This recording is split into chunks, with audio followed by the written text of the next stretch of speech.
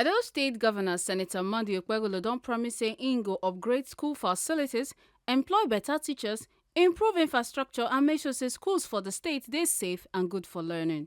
E make dis promise when e go check how far renovation dey go for some schools wey dey Edo Central wey also be the same schools wey no too dey okay when e visit dem for January 2025.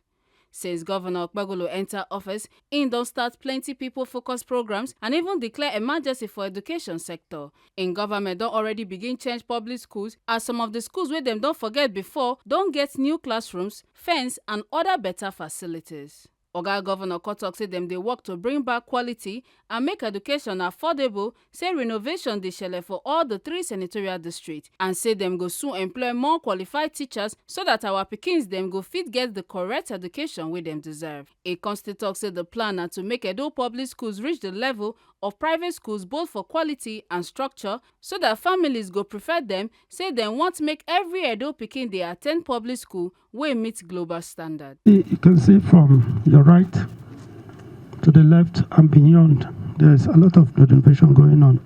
The renovation is going on in every senatorial district. So after this, we are going to employ teachers to say that we bring the quality of education back to Edo State.